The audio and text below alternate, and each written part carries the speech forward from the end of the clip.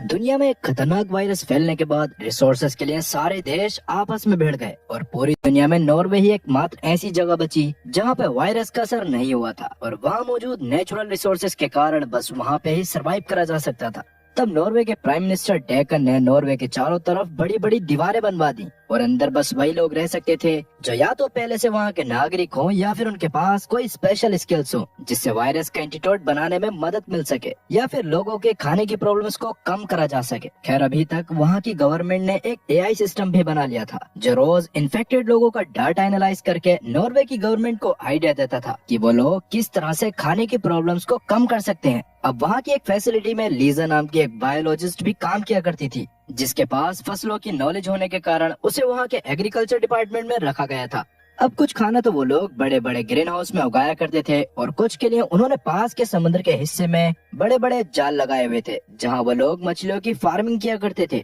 खैर आज लीजा अपने ऑफिस में जाके एक प्रेजेंटेशन देते हुए कहती है कि उन्हें ग्रीन हाउस की क्वांटिटी ज्यादा कर देनी चाहिए जिससे वो ज्यादा खाना उगा पाएंगे और लोगों को मीट के भरोसे नहीं रहना पड़ेगा। इस बात से उसका सीनियर काफी खुश हुआ और तुरंत ही उसके प्रोजेक्ट को परमिशन भी दे दी। इससे लीजा भी खुश होते हुए अपने साथियों के साथ मैप पे उस लोकेशन को ढूंढने लग गई थी जहाँ वो ग्रीन हाउस को बना सकते थे। तभी अचानक उनके कंप्यूटर सिस्टम में वार्निंग अलार्म बजने लगा जिसके हिसाब से नॉर्वे के फिशिंग फार्म्स में कोई दिक्कत आ रही थी। ये देखकर सब काफी ज्यादा परेशान हो जाते हैं क्योंकि 60% मीट वहीं से आया करता था और अगर वहाँ कोई गड़बड़ हो जाती तो नॉर्वे में मौजूद सभी लोगों के लिए बड़ी मुश्किल आने वाली थी। तब लीजा तुरंत ही फिशिंग फार्म की एक्टिविटीज को देखने की कोशिश करती है जिससे उसे पता चला कि पिछले 3 दिन से उन्होंने ना तो कोई फिशिंग कंटेनर सप्लाई करा है और ना ही 3 दिन से अपनी तरफ से कोई रिपोर्ट दी है। इससे लीजा और ज्यादा परेशान होकर तुरंत ही वहाँ के मैनेजर जेम्स को कॉल करने की कोशिश करती है लेकिन जेम्स उसके कॉल को तुरंत ही काट देता है। इसीलिए अब लीजा एक ड्रोन को फिश फार्म्स की तरफ भेजती है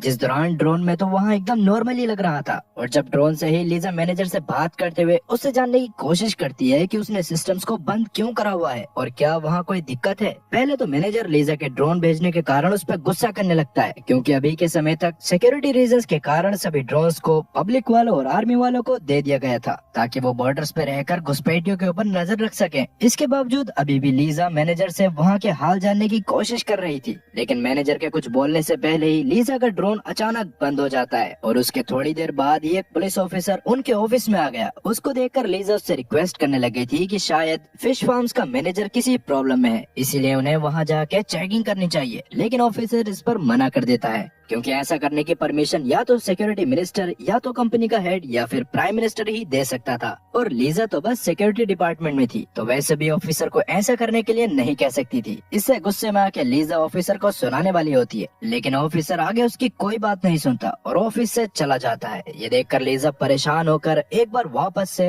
फिश फार्म्स के मैनेजर को कॉल करती है और इस बार मैनेजर उसको कॉल उठाकर बताता है कि असल में बस वो हवाओं का रुख बदलने से समंदर की वेव्स दूसरी तरफ हो गई थी जिसके कारण ही वो लोग अभी फिशेस नहीं पकड़ पा रहे थे। लेकिन ये बात भी झूठ थी क्योंकि जाल में ऑलरेडी काफी मछलियां थी मगर मैनेजर ने रियल टाइम मॉनिटरिंग वाली मशीन्स को बंद कर रखा था। और जब लीजा मैनेजर से इसका कारण पूछती है तो मैनेजर कहता है कि असल में वो लोग मछलियों को वायरस से डिसइंफेक्टेड रखने के लिए कुछ वैक्सीन भी लगा रहे हैं तो इसीलिए मॉनिटरिंग बंद कर रखी है। इस पर लीजा मान जाती है लेकिन मैनेजर को ऑर्डर देती है कि अगर कल सुबह 6 बजे तक मॉनिटरिंग वापस से चालू नहीं हुई तो वो अपने बॉस से बात करके किसी न किसी को वहाँ चेकिंग करने के लिए भेजेगी। अब ये बात सुनकर तो मैनेजर को पसीने आने लगे थे लेकिन वो कॉल पे इस बात को जाहिर नहीं करता। वहीं नॉर्वे के बॉर्डर पे काफी सारे लोग मौजूद थे जो किसी भी हाल में अंदर आना चाहते थे लेकिन आर्मी वाले बस उन्हीं लोगों को अंदर ले रहे होते हैं जो या तो मेडिकल फील्ड में एक्सपर्ट हो या फिर बायोलॉजिस्ट हो। तब चार्ली नाम का एक बायोलॉजिस्ट जो थोड़ा सा मशहूर भी था उसे उसकी बीवी माया और बच्चे के साथ अंदर एंट्री मिल जाती है लेकिन शहर में जाने से पहले उनके कुछ टेस्ट होने वाले थे। उस टेस्ट की रिपोर्ट्स के हिसाब से चार्ली और उसकी बेटी तो अंदर जा सकते थे लेकिन माया जो बाहर फैलने वाले खतरनाक वायरस के फर्स्ट स्टेज पर थी इसलिए वो लोग उसे अंदर नहीं ले सकते थे। इससे चार्ली और माया काफी परेशान हो जाते हैं पर वो कुछ कर पाते उससे पहले ही कुछ आर्मी वाले आके माया को बॉर्डर से बाहर भेजने लगते हैं। अब चार्ली अपनी बीवी का साथ नहीं छोड़ना चाहता था, इसलिए वो जल्दी से खुद भी उसके साथ बाहर आ जाता है, पर उसको समझ नहीं आ रहा था कि अभी उसे क्या करना चाहिए। वो बाहर रहकर अपने बच्चे को भी खतरे में नहीं डाल सकता था और ना ही उसकी बीवी अंदर जा सकती थी। खैर अभी वो माया के साथ वहाँ से जा ही रहा था कि तभी एक आदमी उनके पास आके उनसे कहता है कि अगर तुम मुझे पर पर्सन के हिसाब से 300 क्रिप्टो कॉइंस दोगे तो मैं तुम्हें बॉर्डर पार करवा सकता हूँ। ये बात सुनकर चार्ली के दिमाग में एक आइडिया आता है और अब जैसा कि उनके पास कोई और रास्ता नहीं था तो चार्ली बच्चे के साथ नॉर्मली अंदर जाने का डिसाइड करता है, जबकि माया उस स्मगलर के साथ अंदर आने वाली थी, जहां आके चार्ली और माया वापस से एक हो जाते। अब रात में वो स्मगलर के कहे अनुसार एक कोस्ट पे आते हैं जहां वो स्मगलर पहले से मौजूद था। तब चार्ली उसे पैसे देता है जो लेके स्मगलर ने माया को एक फोन दे दिया था और अभी से लेके माया के अंदर पहुंचने तक माया और स्मगलर के बीच में जो भी बातें होनी थी वो सब उसी फोन से होती। अब वो स्मगलर माया को एक गाड़ी में बिठा देता है, जबकि चार्ली एक ऑफिशियल बस में बैठकर अपने बच्चे के साथ नॉर्वे के अंदर आ गया था। खैर दूसरी तरफ अगले दिन लीजा इंतजार में थी कि मैनेजर मॉनिटरिंग सिस्टम को चालू करेगा, लेकिन ऐसा नहीं होता। इसीलिए मजबूरन लीजा एक स्पीड बोट से सीधा फिश फार्म में पहुंच जाती है, जहां मैनेजर उसे देखकर उसे अंदर जाने से रोकने की कोशिश करता है, जिस दौरान वो बहाने बना रहा था कि अंदर उसके साथी वैक्सीन पे वर्क कर रहे हैं और लीजा अंदर जाके बीमार पड़ सकती है। लेकिन मैनेजर के काफी कोशिश करने के बाद भी वो लीजा को अंदर जाने से नहीं रोक पाया और अंदर जाने के बाद तो लीजा के होश उड़ जाते हैं, क्योंकि असल में वहाँ मौजूद सभी वर्कर्स खुद भी काफी परेशान थे, क्योंकि फार्म्स में मौजूद उस बैच की सारी फिशेस को एक अजीब सी बीमारी हो गई थी, जिसके कारण उनकी आंखें और मुंह पूरी तरह से लाल था और गिल्स के पास काले धब्बे पड़ गए थे। तब लीजा को तो कुछ समझ नहीं आता, जिस पर मैनेजर उसे बताता है कि बस इसी वजह से मैंने मॉनिटरिंग सिस्टम को बंद कर रखा था, क्योंकि पिछले एक हफ्ते से मछलियाँ काफी बीमार है और उनकी बीमारी का कारण किसी को भी समझ नहीं आ रहा था। उसके लिए ही मैनेजर खुद भी वैक्सीन बनवाने की कोशिश में लगा हुआ था, पर उसके हिसाब से वैक्सीन बनाने में उन्हें कुछ और दिनों या हफ्तों का समय लगने वाला था। मगर जैसा कि लीजा इतने समय तक इंतजार नहीं कर सकती थी, इसलिए वो खुद भी मछलियों के डीएनए सैंपल को अपने साथ लेके आती है और उन्हें अपनी लैब में स्टडी करने लगती है। उस दौरान लीजा के सामने एक और सच्चाई आई, जिससे तो उसका दिमाग और ज्यादा खराब हो गया। असल में मछलियों को भी एक बहुत ही खतरनाक वायरस हो चुका था और अगर कोई इंसान इन्फेक्टेड मछली खा लेता तो उसे भी वो वायरस हो जाता, जिससे शुरू में तो उन्हें सर में दर्द, खांसी और उल्टी होती है, पर अगर 2 दिन के अंदर उनका इलाज सही से नहीं होता तो वो लोग मारे जाते। ये सब जानने के बाद तो लीजा का बॉस और बाकी साथी भी काफी परेशान हो गए थे और सबसे बड़ी दिक्कत ये थी कि ये वायरस पानी से भी फैल रहा था, जिसका मतलब एक फिश फार्म से जुड़े हुए बाकी सारे नेट्स का पानी भी खराब हो चुका था और वहाँ से कोई मछली भी नहीं पकड़ी जा सकती थी। अब मामले की गंभीरता को देखते हुए लीजा तुरंत ही इस बात की खबर प्राइम मिनिस्टर डेकन तक पहुँचा देती है, जिसने तुरंत ही इस पर एक्शन लेकर सारे फिश फार्म्स को बंद करवा दिया था और साथ ही हेल्थ एडमिनिस्ट्रेशन से जल्द वायरस की वैक्सीन बनाने को कह दिया था। अब सभी इन्फेक्टेड मछलियों को फिश फार्मिंग मैनेजर ने भी पानी से बाहर तो निकाल लिया था, लेकिन उन इन्फेक्टेड मछली में से एक मरी हुई मछली समुद्र किनारे आ गई थी, जिसको एक चूहे ने खा लिया था और वो शहर की तरफ जाने लगा। वहीं जैसे कि मैनेजर को खुद भी 3 दिन बाद फिश के इन्फेक्टेड होने के बारे में पता चला था, तो उसके पिछले 3 दिन का स्टॉक भी मार्केट में आ गया था, जिसमें मौजूद मछली को जैसे ही एक लड़की खाती है वैसे ही वो बुरी तरह से बीमार होकर उल्टियां करने लगी, जो देख उसके दोस्त काफी घबराकर उसे एम्बुलेंस से हॉस्पिटल पहुंचा देते हैं। वहीं लीजा के ऑफिस में किसी को समझ नहीं आ रहा था कि वो शहर में मौजूद सभी लोगों का पेट कैसे भरेंगे, क्योंकि फिश फार्मिंग से लगभग 60% शहर के लोगों के लिए खाना जाता था और फिश फार्मिंग बंद होने के कारण अब इतने लोगों का पेट भरना काफी ज्यादा मुश्किल था। तब लीजा कहती है कि अगर हम अब तक स्टोर करी गई फ्रोजन फिशेस को कुछ समय के लिए मार्केट में ले आएं, तो उनका स्टॉक खत्म होते होते लगभग 5 महीने लग जाएंगे और इस बीच हम वायरस की वैक्सीन पे काम करके उसे भी बना लेंगे। अब वैसे ये बात तो सही थी, लेकिन ये सुनते ही लीजा का हेड उस पर गुस्सा करने लगता है, क्योंकि फ्रोजन फूड को मार्केट में लाने की परमिशन सिर्फ प्राइम मिनिस्टर ही दे सकता था और अगर लीजा की रिपोर्ट्स प्राइम मिनिस्टर को सही नहीं लगती तो वो इसके लिए मना कर देता। इसलिए अब लीजा साथ साथ कुछ और भी सोचने लगती है। अब आगे रात तक चार्ली भी नॉर्वे में आ चुका था, जिसको वहाँ आते ही अपनी बीवी का इंतजार था, लेकिन माया को वहाँ तक आने में लगभग 2 दिन का समय लगने वाला था। खैर चार्ली के कमाल का बायोलॉजिस्ट होने के कारण अगले दिन ही उसे लीजा के ग्रीन हाउस में नौकरी पे भी रख लिया जाता है।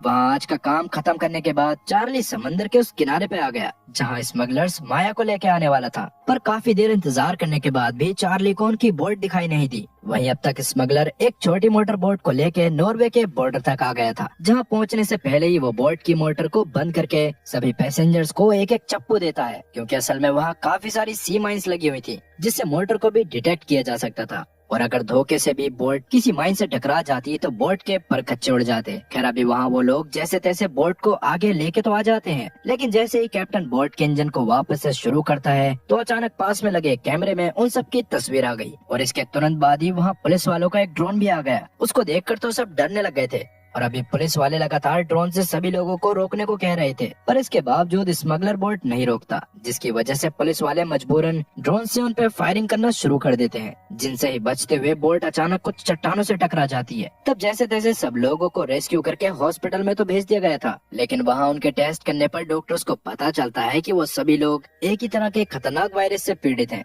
जो देखकर तो किसी को कुछ समझ ही नहीं आ रहा था। खैर अब तक हॉस्पिटल में सेम वायरस से पीड़ित होने वाले लोगों के एक दिन में 100 केसेस आ गए थे और ये वायरस दरअसल वही वायरस था जो उन फिशेस के कारण फैल रहा था। अब जैसा कि उस वायरस के बारे में आम लोगों को भी पता चलने लगा था, इसलिए हेल्थ मिनिस्ट्री लोगों को बाहर कम से कम जाने को कहती है। साथ ही अब तक डेक्कन ने भी नॉर्वे में लेवल 1 इमरजेंसी घोषित कर दी थी, जिसके अकॉर्डिंग किसी को भी खाने में फिश नहीं खानी थी और अपने घर में स्टोर्ड फिश को भी जल्द से जल्द घर से बाहर फेंकना था। वहीं लीजा को अभी इस बारे में नहीं पता होता कि जिस वायरस को रोकने के लिए वो इतनी मेहनत कर रही है वो ऑलरेडी शहर तक पहुंच चुका है। दरअसल लीजा भी अपने असिस्टेंट के साथ समुद्र में पानी के कुछ सैंपल्स कलेक्ट करने आई थी, ताकि उसे पता चल सके कि पानी में ये वायरस कहां से आया है। पहले उसे लग रहा था कि या तो बॉर्डर के बाहर से कोई इन्फेक्टेड फिश नॉर्वे में आ गई होगी या फिर समंदर के पानी में ही वायरस पनपा होगा, और फिलहाल वो पानी के सैंपल्स को लैब में ले जाकर टेस्ट करती है, जिसे देखकर तो उसके होश उड़ गए, क्योंकि असल में ना तो ये वायरस पानी में पनपा था और ना ही कोई फिश इसे लेकर नॉर्वे तक आई थी। इस वायरस का कोई और ही कारण था, जिसके बारे में बहुत कोशिश करने के बाद भी अभी लीजा को पता नहीं चल पाता। तभी अचानक लीजा की नजर प्राइम मिनिस्टर वाली न्यूज पर पड़ती है, जिसे देखकर तो उसे समझ आ गया था कि बाहर की दुनिया का सत्यानाश हुआ था और यहाँ सवा सत्यानाश होने वाला है, जिसे देखकर उसे पता चल गया था कि वो खतरनाक वायरस शहर तक आ चुका है, जो काफी चिंता वाली बात थी। खैर वहीं कुछ कोस्टल गार्ड्स को समंदर के पानी के अंदर 2 डेड बॉडीज मिलती हैं, जो कुछ स्मगलर्स की थी, जिनको टेस्ट करने पर डॉक्टर्स को पता चलता है कि उन दोनों की बॉडी के अंदर वही वायरस है जो फिशेस के अंदर था और अब वही वायरस शहर में फैल रहा है। अब ये बस डॉक्टर्स का कहना था, लेकिन अभी किसी एक्सपर्ट ने उन बॉडीज पे टेस्ट नहीं करे थे। अब धीरे धीरे केसेस और ज्यादा बढ़ते जा रहे थे और इस वायरस की सबसे खतरनाक बात ये थी कि ये हर घंटे इवॉल्व कर रहा था, जिसके कारण डेक्कन तुरंत ही लेवल 2 इमरजेंसी भी डिक्लेयर कर देता है, जिसमें अगर किसी भी एरिया में वायरस के ज्यादा केसेस आते तो उस एरिया में पूरी तरह से लॉकडाउन लगा दिया जाता और वहाँ से किसी को भी बाहर जाने की परमिशन नहीं मिलती। ये न्यूज देखने के बाद तो लीजा के दिमाग ने काम करना बंद कर दिया था, क्योंकि इतनी पढ़ाई करने के बाद भी उसने आज तक ऐसा वायरस नहीं देखा था जो इतनी जल्दी इवॉल्व कर रहा हो, और बस पहले दिन में उसके इतने सारे केसेस भी आ गए थे। इसीलिए अभी वो इस बारे में और ज्यादा जानने के लिए वापस से फिश फार्म के मैनेजर के पास बात करने के लिए जाती है, जहाँ फार्म के बाहर वर्कर्स काफी सारी सड़ी हुई फिशेस को कूड़ेदान में डाल रहे थे, जो लीजा को थोड़ा अजीब तो लगता है, पर वो मैनेजर से बात करने के लिए अंदर जाने लगती है। तभी अचानक कुछ डॉक्टर्स मैनेजर को स्ट्रेचर पे पूरा सील पैक करके बाहर लाते हैं, क्योंकि वो मैनेजर खुद भी वायरस की चपेट में आ गया था और उसकी हालत तो बाकियों से भी काफी ज्यादा खराब थी। इसी वजह से अभी सब वर्कर्स भी थोड़ा सा ज्यादा बिजी थे, जिसका ही फायदा उठाकर लीजा अंदर से कुछ दिन पहले तक की सीसीटीवी फुटेज को चुरा लेती है और वापस से अपने ऑफिस में आ जाती है। मगर वहाँ आते ही उसे एक और बुरी खबर सुनने को मिली कि उनके ग्रीन हाउस में लगे टमाटरों में भी वो वायरस फैलने लग गया था, जिसके कारण काफी फसल बर्बाद हो चुकी थी। पर किसी को भी नहीं पता था कि वो वायरस ग्रीन हाउस तक कैसे आया। अब वैसे उस खराब टमाटर को सबसे पहले चार्ली ने देखा था और एक बॉटनिस्ट होने के कारण वो उसको देखकर ही समझ गया था कि पक्का इसमें कोई न कोई गड़बड़ है। खैर अभी जब लीजा उससे बात करती है तो वो कहता है कि मेरे हिसाब से पक्का कोई इन्फेक्टेड जानवर ही वायरस को यहाँ लेके आया है, इसीलिए सबसे पहले हमें पूरे एरिया को डिसइंफेक्ट करने के साथ साथ उस जानवर को भी ढूंढना पड़ेगा। साथ ही अभी हाल फिलहाल में जितने भी टमाटरों को तोड़ा गया है उन सभी को वापस से चेक करना पड़ेगा।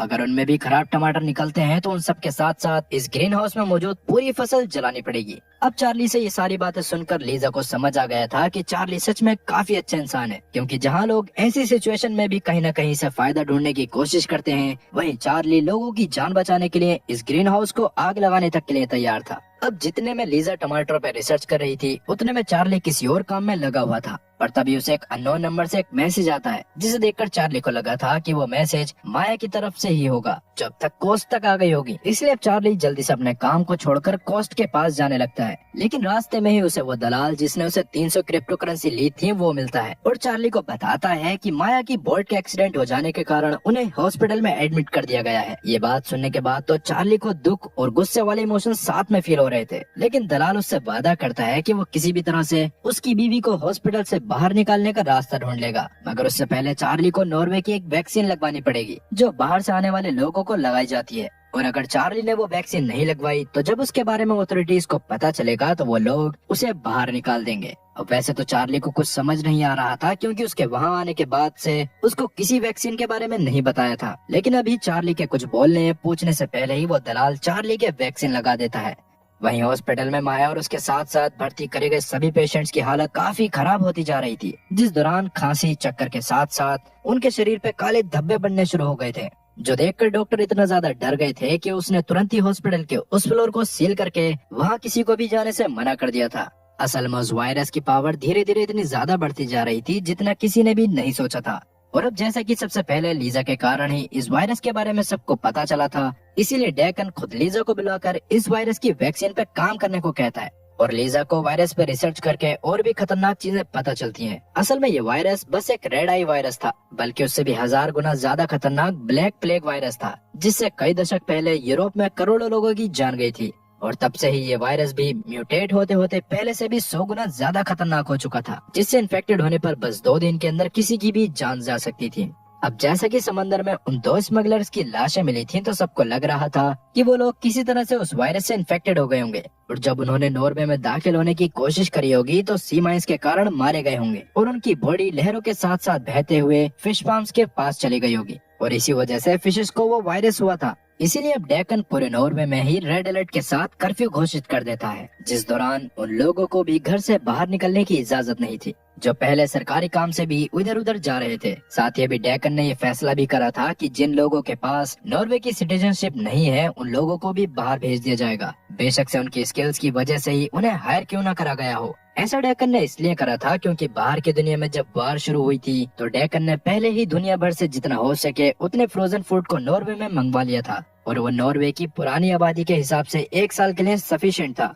अब जहां डेकन की प्रेस कॉन्फ्रेंस चल रही थी, उसी बीच हॉस्पिटल में पेशेंट्स की हालत और ज्यादा खराब होने लगती है, क्योंकि वो लोग खांसते खांसते मरते जा रहे थे। इधर लीजा को अभी अभी काफी चीजें समझ नहीं आ रही थी, इसलिए सबसे पहले तो वो टमाटर वाले ग्रीन हाउस में जाके वहाँ की तलाशी लेती है और वहाँ उसे वही मरा हुआ चूहा मिलता है जो समुद्र के किनारे इन्फेक्टेड मछली को खाकर शहर में आ गया था। उसको देखकर लीजा को लग रहा था कि उसकी वजह से ग्रीन हाउस में ये खतरनाक वायरस आया होगा, लेकिन जब लीजा उसके पेट को फाड़ कर देखती है तो उसमें बस मरी हुई मछली का मीट होता है, जिसका मतलब चूहे ने टमाटर को छुआ भी नहीं था, पर इसके बाद भी वो इन्फेक्ट कैसे हो गए थे। यही बात लीजा को समझ नहीं आ रही थी कि तभी उसके पास एक अनजान आदमी का खत आता है, जिसको खोलने पर उसमें एक सेफ हाउस की चाबी, एक पासवर्ड और एक एड्रेस लिखा था। वो देखकर शुरू में तो लीजा को कुछ समझ नहीं आता, पर जब वो खत पे लिखे एड्रेस पे जाती है तो उसे वहाँ एक सूटकेस मिलता है। उस सूटकेस में काफी सारी हार्ड ड्राइव्स थी, जिन्हें लेके फिलहाल लीजा वापस आ जाती है और उन्हें एक एक करके प्ले करने लगती है। उनमें मौजूद वीडियोस को देखने के बाद तो लीजा पूरी तरह से दंग रह गई थी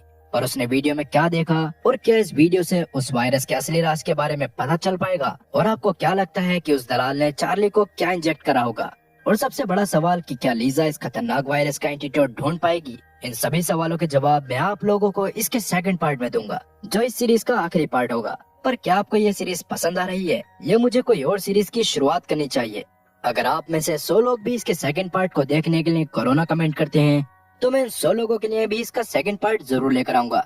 बाकी इसके साथ ही आज की कहानी का ये पार्ट यहीं पर खत्म होता है। मिलते हैं अगली वीडियो में, तब तक के लिए गुड बाय।